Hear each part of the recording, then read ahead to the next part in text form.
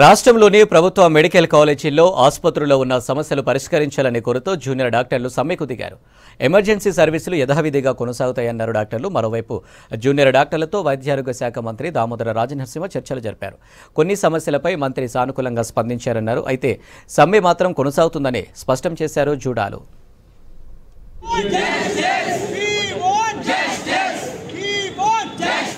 రాష్ట్ర వ్యాప్తంగా ఉన్న ప్రభుత్వ టీచింగ్ హాస్పిటల్స్ లో పనిచేస్తున్న జూనియర్ డాక్టర్లు సమ్మెలో పాల్గొన్నారు. తమ సమస్యలను వెంటనే పరిష్కరించాలని ప్రభుత్వాన్ని డిమాండ్ చేశారు. అవుట్ పేషెంట్ విభాగంతో పాటుగా ఎలెక్టివ్ సర్జరీ, వార్డ్ డ్యూటీస్ ని పూర్తి స్థాయిలో బహిష్కరించారు.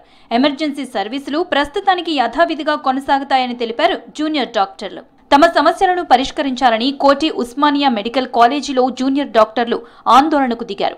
విధులు బహిష్కరించి కాలేజీలో నిరసన వ్యక్తం చేశారు. గత 6 నెలలుగా తమకు స్టైఫెండ్ సరైన సమయానికి రావడం లేదన్నారు. ఉస్మానియా ఆసుపత్రిని నూతన భవనం నిర్మించాలని 6 ఏళ్లుగా కోరుతున్నా ఎవరూ పట్టించుకోవటం లేదన్నారు. ఆసుపత్రి లేక రోగులు ఇబ్బందులకు గురవుతున్నట్లు తెలిపారు.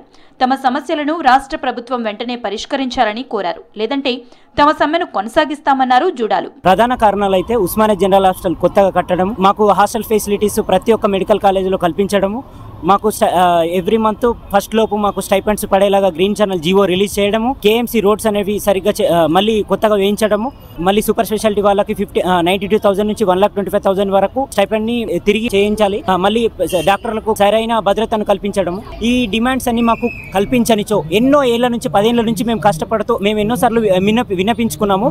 కానీ ఈసారి మాకు ఇంకొక ఆప్షన్ లేక మేము సమ్మెకు దిగాము. జియో రెగ్యులరైజేషన్ కావాలి, బడ్జెట్ రిలాక్సేషన్ జియో ఏదైతే పక్కన మన తెలుగు రాష్ట్రం ఆంధ్రాలో 2021 నుంచి మనకు ఈ జియో రిలీజ్ అయ్యి ఎవ్రీ మంత్ 2nd కి సకాలంలో పోస్ట్ గ్రాడ్యుయేట్స్ కి, ఇంటర్న్స్ కి, సూపర్ స్పెషాలిటీస్ కి సకాలంలో స్టైఫెండ్ చెల్లించడం జరుగుతుంది. కానీ మన రాష్ట్రంలో మాత్రం ఈ సమస్య ఏండ్ల కొద్ది కొనసాగుతూనే ఉంది.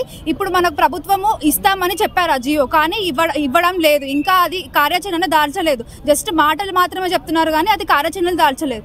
ఇంకొకటి ఏంటంటే ఉస్మానియా జనరల్ ఆసుపత్రి గత 6 సంవత్సరాల నుంచి ఉస్మానియా జనరల్ ఆసుపత్రి అన్నది శిథిలావస్థలో ఉంది. ఆ శిథిలావస్థలో ఉండడమే కాకుండా పెచ్చులు పడుతున్నాయి డాక్టర్స్ కి కానీ, అక్కడ వచ్చే పేషెంట్ అటెండెంట్స్ కి కానీ, పేషెంట్స్ కానీ ఆ పెచ్చులు పడి వాళ్ళకి దెబ్బలు అవుతాయి. వాళ్ళకు వచ్చే రోగం 50% అయితే మన దగ్గర నుంచి వెళ్ళేటప్పటికి 1000% రోగంతో వెళ్తున్నారు. వాళ్ళే కాదు, పేషెంట్ అటెండెంట్స్ కూడా రోగులుగా మారుతున్నారు. ఇలాంటి వ్యవస్థలో వైద్యులు పనిచేయడము కష్టం అవుతుంది. అయినా కూడా కాంప్రమైజ్డ్ కండిషన్స్ లో కూడా వైద్యులు సేవలు అందించడం జరుగుతుంది.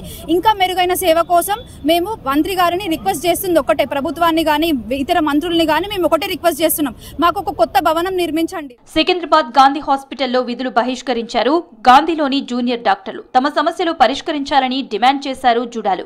ప్రధానంగా రెగ్యులర్ గా స్టైఫెండ్ ఇవ్వాలన్నారు. గవర్నమెంట్ హాస్పిటల్లో పోలీస్ అవుట్ పోస్ట్ ఏర్పాటు చేయాలన్నారు. అలాగే గ్రీన్ ఛానల్ ఏర్పాటు చేయాలన్నారు. ఉస్మానియా హాస్పిటల్ కి నూతన భవనాన్ని నిర్మించాలని డిమాండ్ చేశారు. అయితే తమ డిమాండ్లన్నీ తమ కోసం మాత్రమే కాదన్నారు, ప్రజల కోసం, భవిష్యత్తు తరాల కోసం అన్నారు జూనియర్ డాక్టర్లు.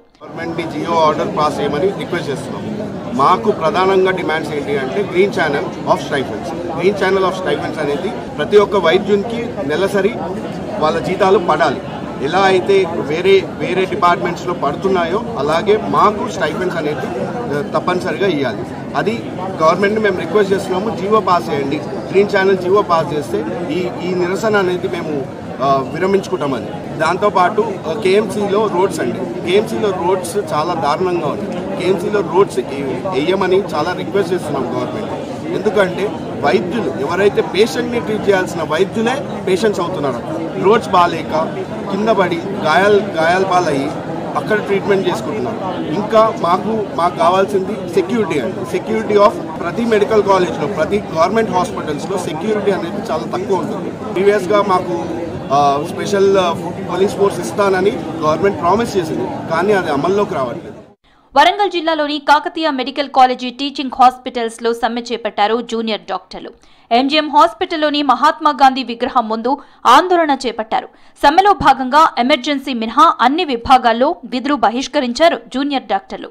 స్టైఫండ్ త్వరగా చెల్లించాలని, భద్రత కల్పించాలని డిమాండ్ చేశారు జుడాలు. ప్రభుత్వ టీచింగ్ ఆసుపత్రుల్లో ఉన్న సమస్యలను వెంటనే పరిష్కరించాలని కోరుతూ ఇప్పటికే రాష్ట్ర ప్రభుత్వం దృష్టికి తీసుకువెళ్లినట్లు చెప్తున్నారు జూనియర్ డాక్టర్లు. గ్రీన్ ఛానల్ ఏర్పాటు, సకాలంలో స్టైఫండ్ల విడుదల, సూపర్ స్పెషాలిటీ సీనియర్ రెసిడెంట్లకు సరైన గౌరవ వేతనం, తెలంగాణలో ఏపీ విద్యార్థులకు 15% ఉన్న సీట్ల రిజర్వేషన్ల తొలగింపు, వివిధ ప్రభుత్వ ఆసుపత్రుల్లో హాస్టల్ సౌకర్యాలు, భద్రత ఏర్పాటు, ఉస్మానియా జనరల్ హాస్పిటల్ కోసం కొత్త భవనం, ప్రభుత్వ వైద్య కళాశాలల్లో మౌలిక సదుపాయాలు, వరంగల్ కాకతీయ మెడికల్ కాలేజీల్లో రోడ్లు వేయాలనే డిమాండ్లను సర్కార్ ముందు ఉంచారు జుడాలు. ఇప్పటికైనా ప్రభుత్వం స్పందించకపోతే మున్ముందు మరిన్ని రోజులు సమ్మెను కొనసాగిస్తామని హెచ్చరిస్తున్నారు జూనియర్ డాక్టర్లు. వైద్య ఆరోగ్య శాఖ మంత్రి దామోదర రాజనరసింహతో జుడాలు చర్చలు జరిపారు. కొన్ని అంశాలపై మంత్రి సానుకూలంగా స్పందించినట్లు చెప్పారు. మరోసారి జుడాలు సమావేశం కావాలని మంత్రి దామోదర రాజనరసింహ సూచించారు. ప్రస్తుతం సమ్మె కొనసాగుతుందని జుడాలు ప్రకటించారు. స్టైఫండ్ కి గ్రీన్ ఛానల్ పై మరోసారి చర్చించి నిర్ణయిస్తామని మంత్రి తెలిపారని జూనియర్ డాక్టర్లు తెలిపారు. వైద్యుల భద్రత గురించి ఇప్పటి వరకు ఎలాంటి చర్చ జరగలేదన్నారు.